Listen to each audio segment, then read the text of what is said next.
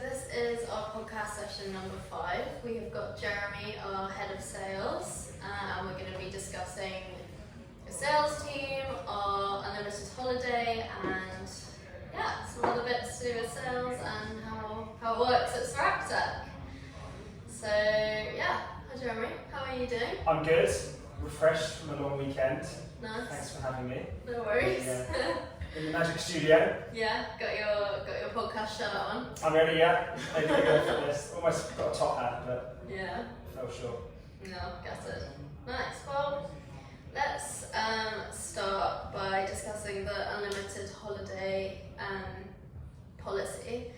So, how did you decide that was a good step to take? Like, what was the process in kind of getting that set up? Yeah, there's a few things really. I think from our side, we are a startup and there's some great benefits that we offer here, but we really want everyone to be brought into that I own this company. This company's kind of like mine a little bit. So I think having that responsibility of not having to work to a set amount of days, and I think in addition to equity in the company and things like that, everyone that we bring in feels quite empowered and they feel like they're really contributing, and this is they're kind of like part running the company, which is great, and we want people to be brought into the vision that we've got here and what we're doing. I think secondly, particularly over Christmas, we do have a bit of an extended break, so we wanted to make sure that people weren't having to be really quite strict with their holiday throughout the year. I get a lot of feedback from members of the team, quite grateful of what we offer because they've gone away from a friend's wedding or whatever it may be, and they've not had to be so strict because they know they've got another holiday coming up. So I've come from an environment where every company I've worked for has had a set amount of days. So it's really refreshing, and I think it gives everyone that real feeling of I'm part of this company, and in addition to the other benefits, it kind of gives them the right. I don't know where I'm going with this. Just I think empowers them to feel part of this company and take responsibility. Nice. We've not had any situations since I've been here for about a year and a half where we've had to really refuse any holiday. No. So everyone's well organised. We make it super clear. We do have at the moment, so with the sales team approaching 20, what is our policy that we can't have 1/4 of the team? It's like 3, 4, but everyone gives me as much notice as possible. Obviously there are things that just appear out of nowhere, but as long as we're all on the same page and everyone knows, then we've not had any issues so far. No. And we're. Do you think, so in my perception of unlimited holiday days is that it's only suitable for a certain size of company, and it's unrealistic to think that you can have unlimited holiday days once you reach a certain size. I would put that size at probably 400 staff, or 1,000. Once you turn into a large business, we're still a fairly small business, but once you reach a point where not everyone knows each other's names, and you do have people in the team that treat work as a job rather than you live and breathe it. Which I think you can't sustain as high a quality of talent or staff and ensure that their motivators are aligned with the company's vision once you reach a and having that personal relationship as well. Like once we've got people working in overseas markets and things like this, it's harder to maintain that relationship. And I think you need to have, it's especially important for management, like high-level management, to have a direct relationship with all members of staff. And once you lose that connection, that's when I think unlimited holiday days is no longer feasible. Because ultimately, once we grow to a certain size, we will revoke that. We'll probably keep it there for teams, but as an overall policy, I don't think it's manageable throughout a whole company across international borders. Or maybe it is, I don't know. Well, I think other than December, we don't really have we've seen that we don't really have quiet months.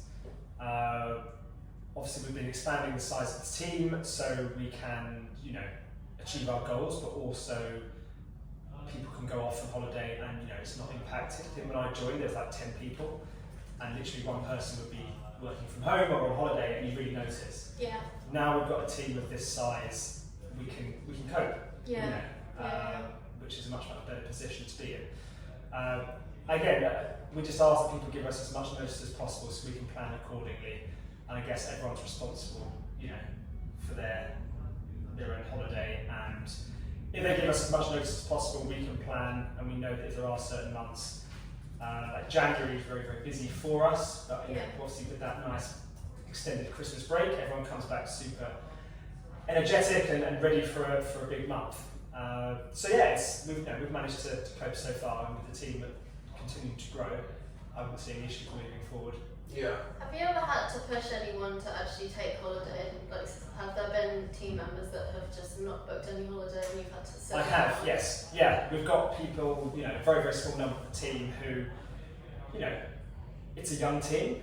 I'm propping up the average age somewhat, but we do have, young people in the team who, they need, I don't know what their particular, financial situations may be in terms of like London's a very expensive place to live in. Yeah. So I want to make sure that people go away, they recharge their batteries, even if they're not going away and using it to go on holiday abroad or whatever it may be.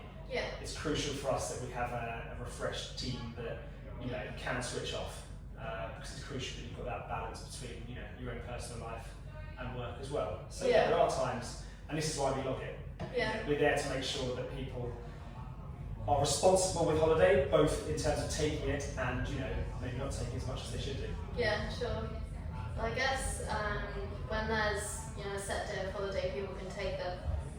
There might be more pressure to actually take it because they want to use it up and get paid for it and that sort of thing. But with us, it's just you can take holiday whenever. So perhaps, as you say, like people are trying to make as much money as possible, so they might not want to, and that can lead to burnout and stuff, can't it? Yeah. When you have a certain amount of days, as you say, you don't use it. Most companies it wouldn't really carry over. So it's use it or you lose it basically. Whereas with us, it doesn't matter. There's no number there, but that puts even more of a spotlight on us as management to make sure that we're spotting trends and we're acting where we need to when people we want to encourage them to take more of a break. Definitely. So on an unprorated basis, because we obviously had people join last year throughout the year, our highest holiday taker, excluding the Christmas period, was 31.5 days. We had the longest holiday period taken, excluding the Christmas break, which is obviously a month which we just mentioned, was 10 working days consecutively at a time. We had, and that was last year. This year, our longest so far is 22.5 days, which is a very senior member of staff. No names, but it's not me and it's not you. We then had, all of this compares, so the UK average of holiday days is 25 days annually, and that is including Christmas. Wow. Yeah, so Christmas, bank holidays. We are pretty much ahead of that. There's a spike in our holiday days taken in May and July this year, and again it's sort of concentrated towards the summer months, particularly May, July and August, which is in alignment with UK trends. And then it says actually some employees like Georgina show a notable concentration of holiday days in specific months like June and February. 18 days for Julia. Sorry, that's not corrected. 18 days is the longest days or working days consecutively taken off the ship. I think also when you've only got a certain amount of days, what you do find is a lot of people want to make the most of those bank holidays. So there's a lot of demand for people to book around them. So then you have to end up actually declining a lot of people's holiday. You're a bit too late to submit it. Whereas with us, because it's uncapped, they don't have that urgency to book it at certain times, specific times. There's no race to get to those holidays over bank holiday. So for us, it spreads it out, and it's a nicer experience for our team because we can always basically say yes and approve their holiday. Yeah. Nice. So Jeremy, I've got a question. You used to run the sales team at Just Eat, and it used to be a remote team.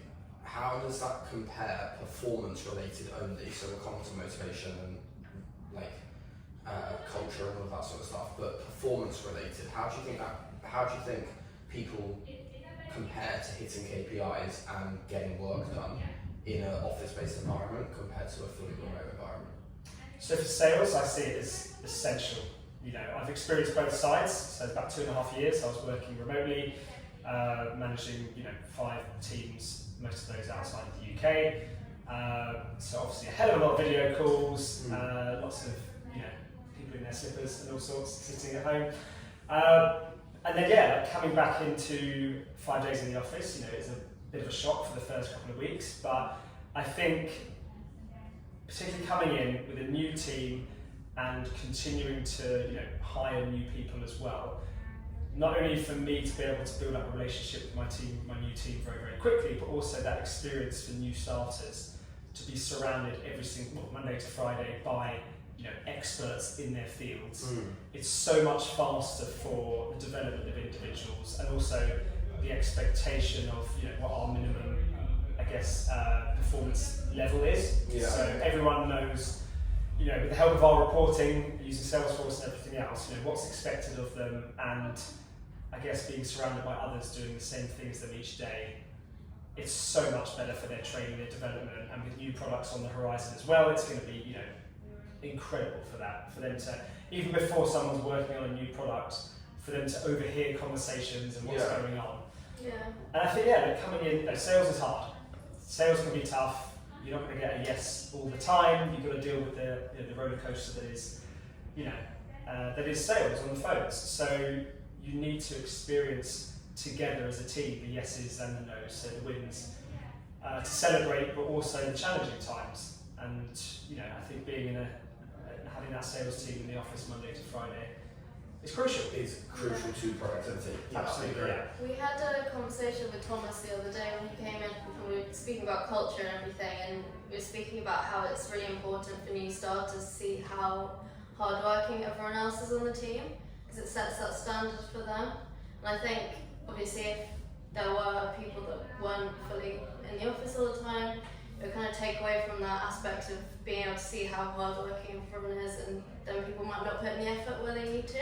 Yeah, little things. When you've got 5+ people on a video call, not everyone's going to be 100% comfortably contributing. Whereas if it's face to face, same group size, it's very, very different, and it's easier to get everyone to contribute. But just all of the video, whether it's on a whiteboard or whatever it may be, everything that we have in the office for people to see, how they're performing, and you have that friendly competition. It's not for every department. Tech, recruitment, customer success, whatever. For sales, it's been for me personally, coming back into an office environment, it's been a game changer. And there's been one day since I joined a 1.5 years ago when, due to train strikes, I had to work from home, and I couldn't stand it. I couldn't get into a rhythm. I had so many distractions. I'm like, how the hell did I do this? Yeah. So, and I really, really miss the office. So we're obviously a different sales cycle and sales process to what you've done previously. Like, it's similar, but it's obviously not the same. No two companies are exactly the same. What do you think the difference would be in productivity or results per month if we were fully remote? Well, I think first of all there'd be, without it, because everyone's in the office, I have complete visibility on what people are doing throughout the day. So whether they're jumping on and off of product demos, on the phones, in training, whatever it may be. By working remotely, I kind of lose that. So there'd be a lot of me having to do a hell of a lot more nudging and chasing on I don't think we'd get anyone on the doing laptop. metrics. No. I think we'd probably do 50% of them. No, and I think the whole team, when we're having that face-to-face sales huddle in the morning, it gets everyone, hyped up for the day and excited about what lays ahead. Yeah. And so I think when you're working from home, it can be quite a slow, sluggish start. So aside from the perks, which is unlimited holiday days and stuff that we've discussed, I know the capabilities of our sales team, and we are very, very good. Why are we so good? If you just to point out a few things. I think we're good because we hired, first of all, we built a very talented team, so we've really nailed our recruitment process, so we're constantly adding in people that I think are getting better and better. We've had to make some tough decisions along the way of people that aren't, it's not really a good fit and aren't where we'd expect them to be after a couple of months or so. So yeah, number one is bringing in the right people. Second is having that great culture where it's not just come in and hit your numbers and go home. It's come in, you care about the company and the vision. So how do you think we've developed a culture like that? So I think it's providing regular updates of where we're at with our various products, and also really installing that value. So every single phone call, every demo that we do, every deal that we close, everyone on the sales team knows the value that brings to the entire company and how that can impact their own equity and just the company growing from strength to strength. So when we see the tech team doubling in size, we know we've been able to do that based off of the productivity that we've been putting in as a sales team. Yeah. And I think in a large company that can get quite lost, the value of the all day to day, whereas here it's super, super clear. So we've got the reasons for the success of the sales team. We bring the right people in. Building the team, yeah. Building the team, culture. Yeah, instilling value so we know what we're here to do and what value that brings to the entire company. Yeah, that's great, but performance is also attributed towards productivity. How do we sustain great productivity? We've made the sales process bloody quick. Yeah. I've worked with Salesforce for many, many years, and there's a hell of a lot of frustrated salespeople out there because they make a deal, but there's just so much admin they have to do before and after, or even just in the early stages of the sales cycle. Yeah. So we use Salesforce well. There's probably other ways that we could use it even better, but in terms of the admin for a salesperson, it's very, very minimal. So that's credit to us and what we've done there. We've ramped up the training, so people, whether they've been here for 2 weeks or for 2 years, they're still getting coaching on a regular basis, which is fantastic. Yeah. We've also installed some phenomenal incentives, both to increase your base commission, equity, everything, and also some fun holidays. So we want to reward the people, and not just some companies you join as maybe an SDR, and you couldn't really progress for 2 years to become an AE. Yeah. But with us, if you come in, we've got some phenomenal examples of people that have come in from completely different sectors, and because they've come in, they're very, very good and they're consistent, they've progressed within the first 12 months, and we love that. That's what we're here to do. I come into work as sales director thinking every day, how can I make my team's lives easier and how can I help them develop quicker? Yeah. So we've almost got too many various kickers and incentives in place because it's quite hard to keep track of them all, but they're all there designed to help people be consistent and hit those numbers as quickly as they can. So I perceive the sales team within a company, especially our company, as the beating heart of the company. It's what sets the tone of what we're doing, which in contrast to something like engineering or customer success, it's less, or sales is more, sales is the most integral part of a business. You could argue that it's engineering, and they kind of come hand in hand. You need to be able to build the products in order to sell it, but you couldn't, if you don't have a sales team and you don't have a successful sales team that pushes the product out into the market, you're not going to generate revenue, you're not going to be able to pay anyone. I also see it very important to setting the culture of the company, because salespeople naturally are very loud, outgoing, like to sort of have fun and make noise, and they add a lot to the company, which I'm very thankful for, because it sort of sets the tone. As we move into a world that is more, as the new products come out and we're going to move to a world that's more engineering led, the engineering team will overtake the sales team eventually. I anticipate anyway. How do you sort of see, how do you envisage us keeping the world of sales as the beating part of the company? It's a good question. I think for us, we've just got to ensure that we keep doing the basics right and keep that. We don't want this massive like divide between the engineering team and tech and sales and everything else. So we need to make sure each department like understands the value of each other, I think. And from the sales perspective, we just want to make sure that we're bringing in the right people who are going to do very, very well, and we try and have as many. We keep that. I think we're getting better with like our company socials, and we want to try and again, the bigger we get, the harder it will become. But we want to try and make sure that there's a lot of crossover on the socials, and people get to know each other and work closely together. But from the sales side of things, like we know. So from a culture perspective, there are a few things to watch out for and avoid as the company grows. One of them is like a whole drinking culture. So it's something that we've stated pretty clear. Everyone likes a beer on the team, but you can quite dangerously slip into this slope of, all right, let's develop a drinking sort of uni vibe culture. That is something to stay quite clear away from. Like some of these, a lot of companies we work has beer taps in the office, and everyone sort of loves that. Wow. It's something like we like to have a drink. We like to celebrate successes, and that always comes with whether it's a glass of Pimm's or a beer or whatever. Like it's quite nice to sort of let loose a little bit and get to know each other outside of the office, at the pub, for instance. What else do you think is dangerous in to avoid from a culture perspective of bringing in, or things to watch out for? Just sales, or is this just company wide? Or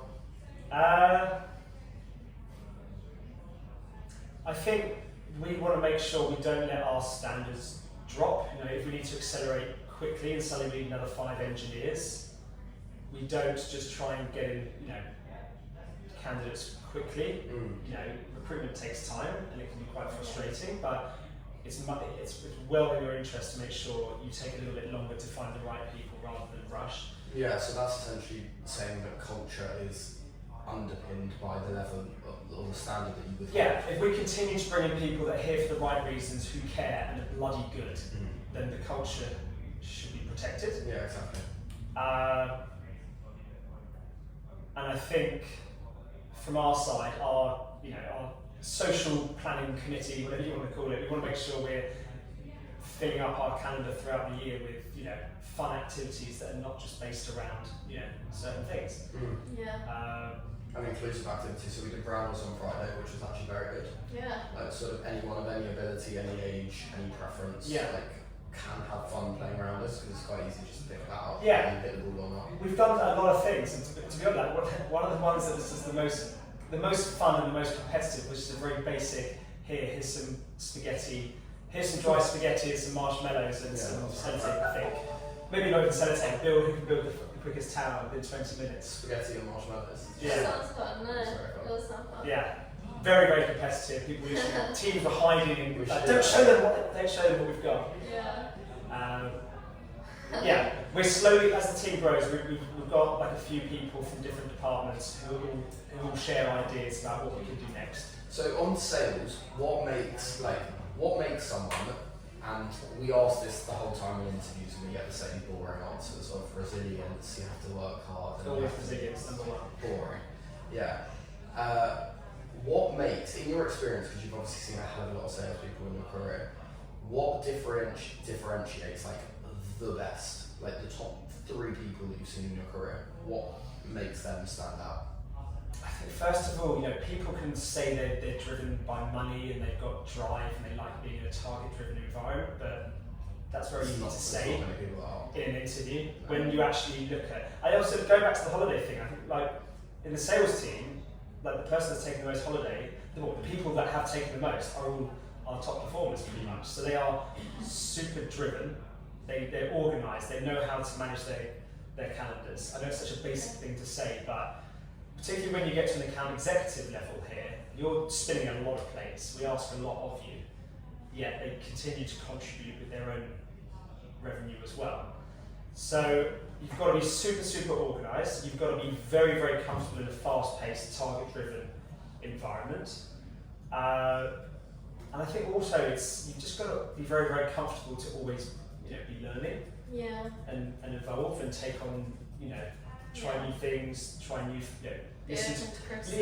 listen to feedback, take on constructive criticism in a positive, adult manner, not just kind of sit on your hands. Oh, I've been doing this for years. I know what I'm doing. Like, there's always more ways to develop yourself. Yeah.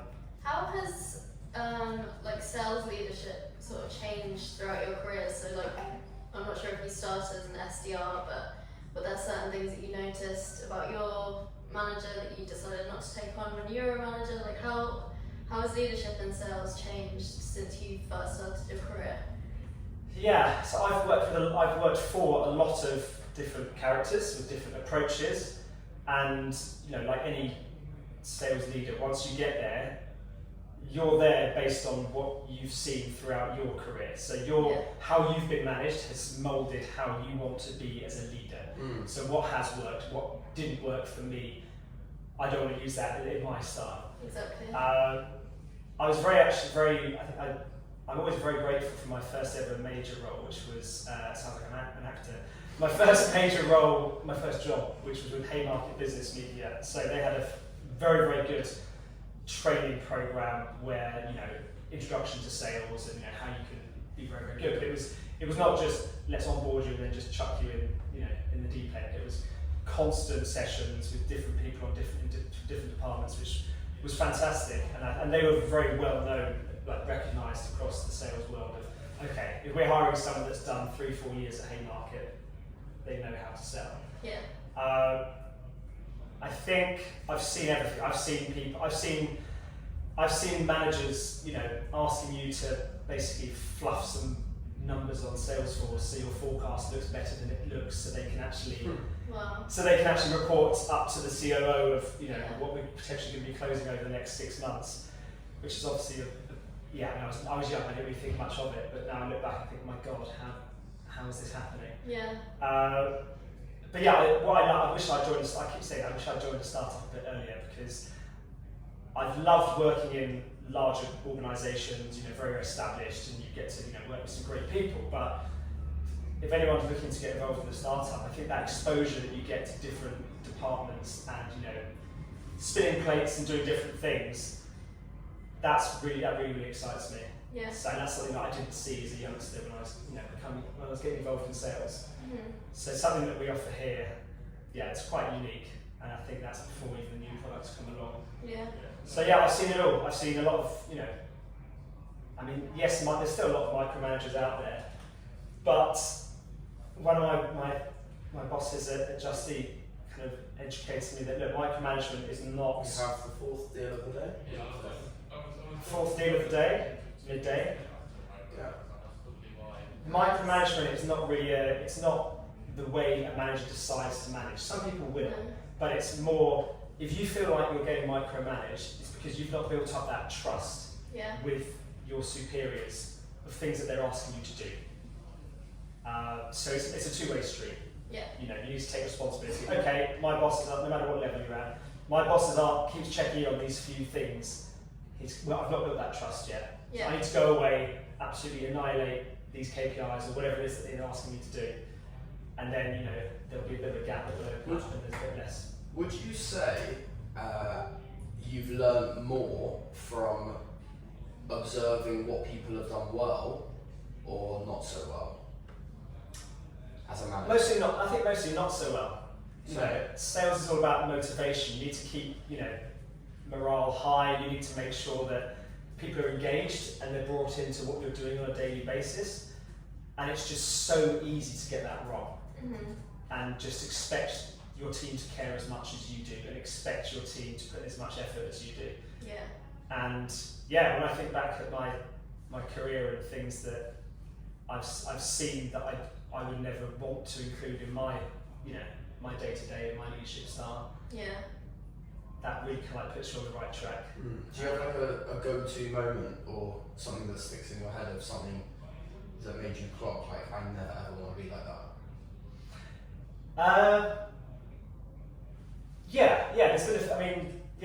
Groupon back in the day, there was some managers that weren't UK based, but they'd come over from other overseas and try and, things that they would try and get us to do, like on the phones, and it would end up in, they'd get the response they didn't want, which people just basically pretending to be on the phones. It was a complete waste of everyone's time.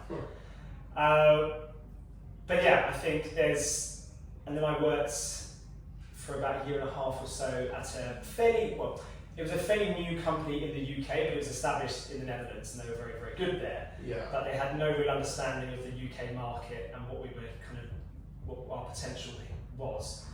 There was a hell of a lot that I learned from there in terms of how to lead, how to get your team performing as you'd want to, and how to actually approach a market. It was very much just set in stone. We're not really going to listen to you guys. This is how it works in the Netherlands, so it must work the same way in the UK. Yeah, which it really doesn't. No. Different cultures understand different things, Yeah. and they need to be communicated to very differently. Yeah, at Just Eat, I had a UK team, French, Italian, Belgium, Netherlands, Spanish. I had the Spanish team at one stage. So all completely different teams who work, in different ways, and you've got to adapt. It's also very hard to communicate and manage someone virtually. Yeah. So what percentage or what makeup? My personal opinion is that sales can only be taught to a degree. I think you need to naturally be good at sales, and I say this to the team, and it comes from you as well. Like to new starters, I'm like, we can help you as much as we can, but ultimately you need to figure it out. Like if you can't figure out why what you said didn't work, and you need someone to spoon feed you the whole time, it's not going to work for you, and you're not a born salesperson. What percentage makeup do you think is inherent? You're like an inherent salesperson and you can sell, as opposed to being taught? Because I don't think you can reach top level sales through being taught. Yeah. I think you probably look at about 60%. Inherent. Yeah. So inherent, if not more. Yeah. You can learn sales cycle and little things to say things. So like when we have a new starter come in and we have a range of 10 objections, we can say here's an example of how to deal with these 10 objections. But ultimately, sales is a matrix of, if you have a 4x4 matrix, you have 16 potential different outcomes. If you then, like sales, you have a million by a million matrix, and you have, a million squared different outcomes. You can't be taught every single one of those. And the higher level sales that you do only becomes more complicated because you're not necessarily selling a product, but you're selling a service, and the service is you delivering as opposed to just the product being delivered. So you then need to understand personalities, you need to make people like you. Yeah. Something small that I've adopted, and I only picked up on it last week, I was telling Georgina, when I have enterprise meetings now, my preferred method of introduction is more of a high five type handshake than a formal handshake, because it helps the relationship become a little bit less formal. And I learned that off someone, and I only realised okay, this guy's been doing it for years. I don't know if he's doing it intentionally, but he always he's a very senior person in business. He always goes like that and then gives me a hug. And it's okay, that means that we're friends more than a formal just handshake. Yeah. And it's the introduction is always, hey buddy, how are you? I think that's just his personality, and I don't know if he does it from a sales technique perspective, but it breaks down. Yeah, relaxes both parties. Straight away. Obviously I'm not gonna, it depends who I'm meeting. If I'm meeting someone who's in their 80s, I'm not gonna give them a high five. Hey! I still get caught out to this day of versus. The worst I've seen actually was at Just Eat. It was a really, really nice chap who came over from Denmark to meet the team and everything. We were seeing him out of the building. He went to press the button for the lift. Or someone went to say goodbye to him, went to press the button of the lift for him to get into. He saw that as an arm going to hug him. So this person was left pressing the button whilst he was clamped onto it. I'll never forget that moment. But yeah, it's I think, The non-verbal stuff is just as important as the verbal stuff. Yeah. But if you can't realise things like that and figure it out yourself, it's not going to be written in a textbook anywhere. High five someone instead of handshaking them. Yeah, look, for new starters coming in, we try and manage a balance of us helping them, coaching them, and getting them up to speed, but then also, we do kind of throw them at the deep end somewhat. Yeah. Because we need to make sure they're comfortable in that environment and it's a good fit for both parties. 6th deal of the day. Yes, go on, Zach. Well, No, 5th. 5th. 4th was just before midday. 5th. 2 minutes after them. Fantastic. What influence do you think Brandon, being a salesperson himself, has on the team? Rather than a CEO who doesn't get involved in any sales or do any selling? Yeah, I think having someone leading the company who not only knows the product inside out, but knows what they're going through on a day-to-day basis is incredibly powerful. And everything that, not only the team, but obviously when I joined, I kind of absorbed from Brandon and have kind of brought my own experience in as well. And I think Brandon's view and my view, we kind of package that up into what we know works here, but also a bit of, find your own path. I'm not going to create a script for you kind of thing. Yeah. So yeah, it's incredibly powerful. And again, this has become harder the bigger we get, but Brandon and I work very, very closely with the sales team. It's not, Brandon tucked away in an office with tech. Yeah. It's, as we said earlier, sales is the engine room. I think it's very important for anyone that's leading a company to be able to do anything in the company. I'm not going to be able to write the same AI lines of code that some of the engineers are writing. However, growing a bootstrap business meant that I have had to do absolutely everything until it's someone else's full-time job. Yeah. And at that point, we hire someone, they do the job, and we grow. It also means that I have to be adaptable, or we have to be adaptable as senior management to do anything at any point if needed be. So I was inputting data the other day. I spent a whole morning doing it, and now we've obviously got a team that do it. But if you can't have a leader, if you can't have a leader that can do anything within the company, I don't think they're a very valid leader, because you need to be able to do everything and you need to be able to answer any question on any topic. Yeah. As opposed to a company that just raises, a bunch of money, goes from zero. Brings in loads of experts in different fields. Yeah. Then, in reality, you need a business that has a stable foundation, that you kind of know everything that's going on. Yeah, and that's truly how to get buy-in from your team as well. Agreed. For me to have supported customer success for 2 months over the summer, I can jump in and have a conversation and support them whenever I need to. Yeah. And also, I think it just keeps coming back to, we want people in our team that care. And whether it's whatever department a new starter comes in on, we want them to also care and be here for the long term as well. We've got a very, very low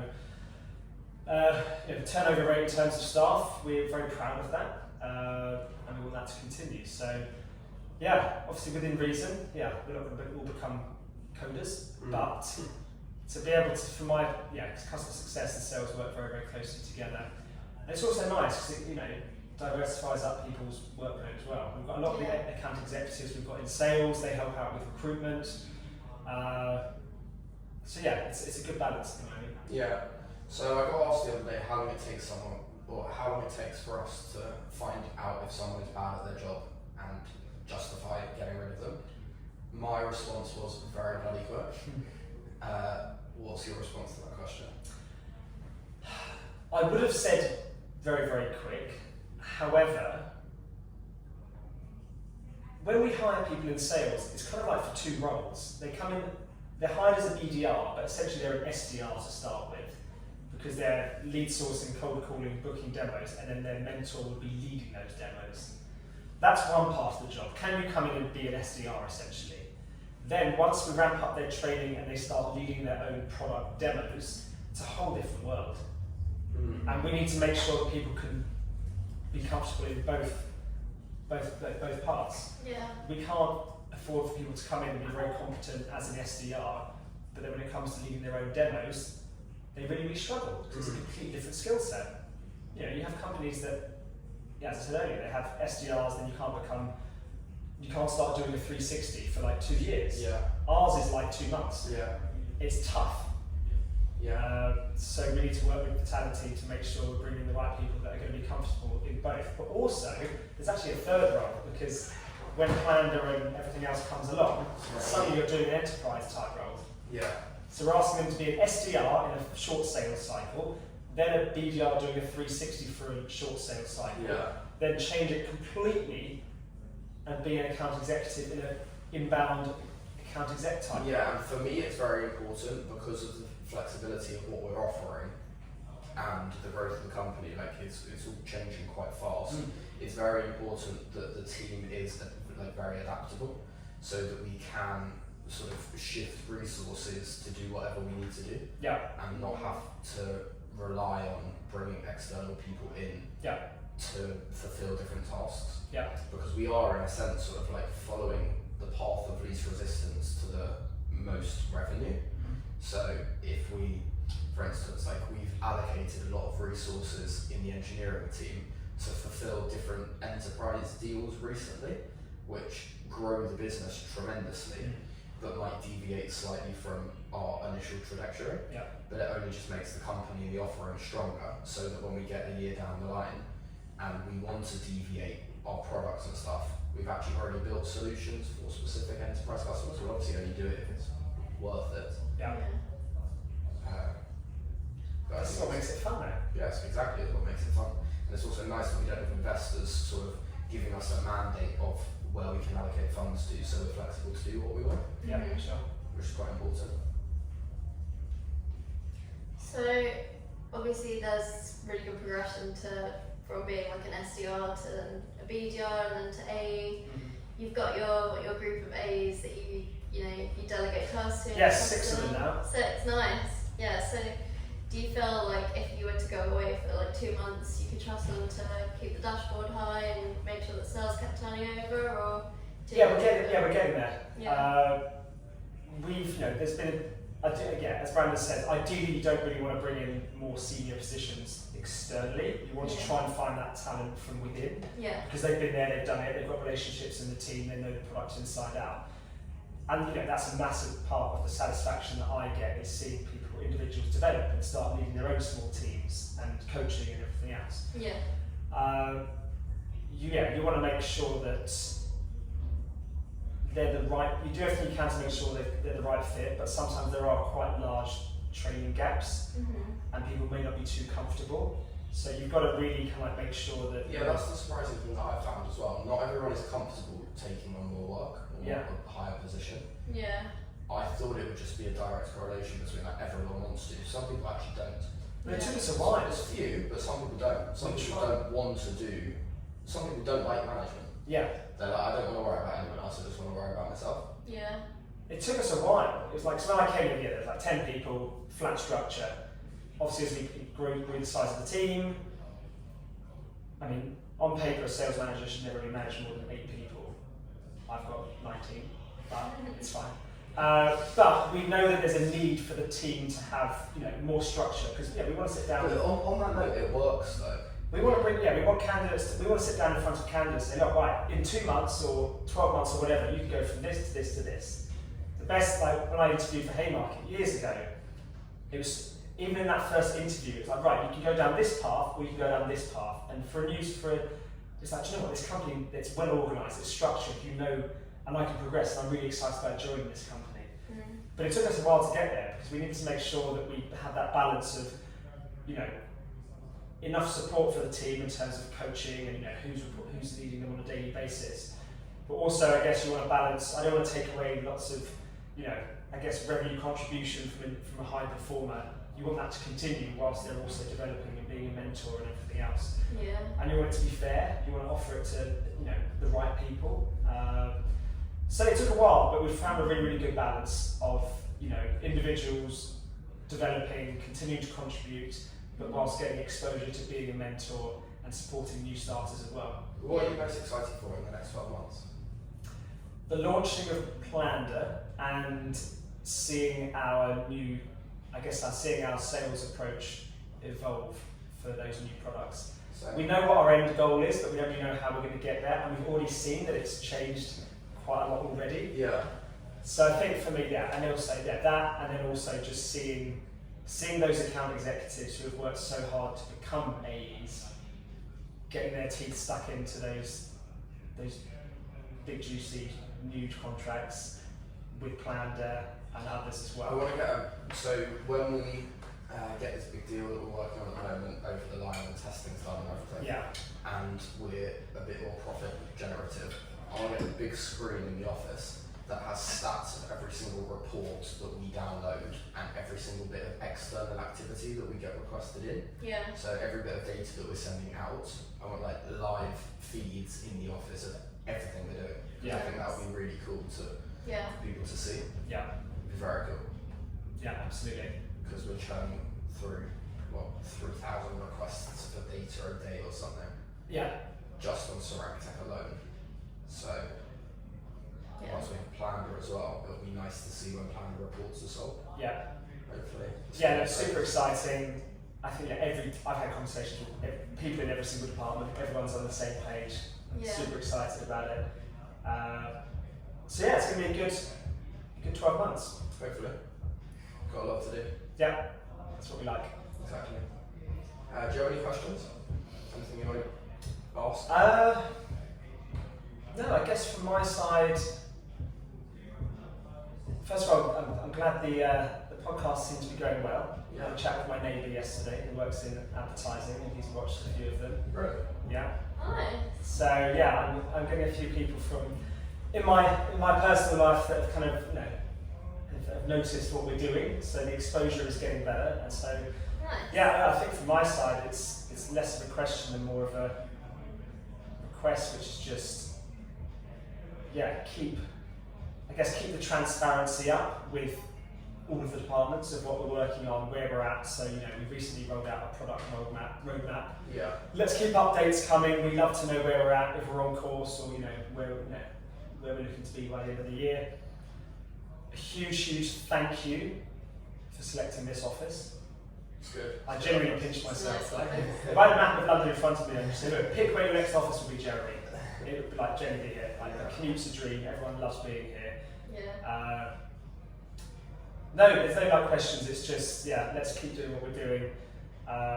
Let's keep working very, very hard. Each department, working on their own things that all can come together.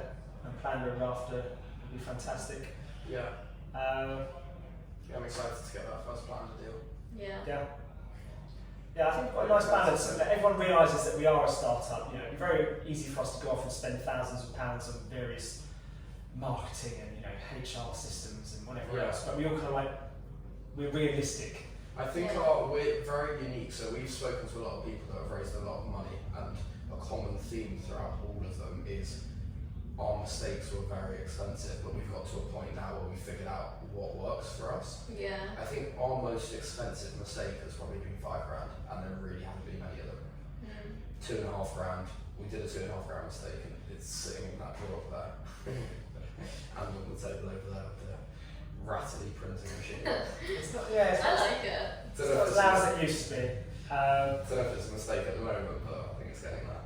But yeah, our mistakes are hiring the wrong person and then being here for 2.5 weeks and the wage covering them. But you can't do that unless you're going to bring on a percentage of bad people. Yeah. You're going to take on good people. And look, we've taken risks on hires who have come in and 6 months down the line, they're still here and they're absolutely killing it.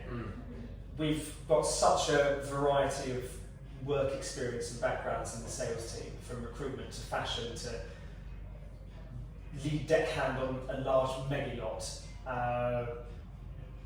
We've got all sorts. And what they've all got in common is they're very driven, they're organised, and they love being here. And that's what we want.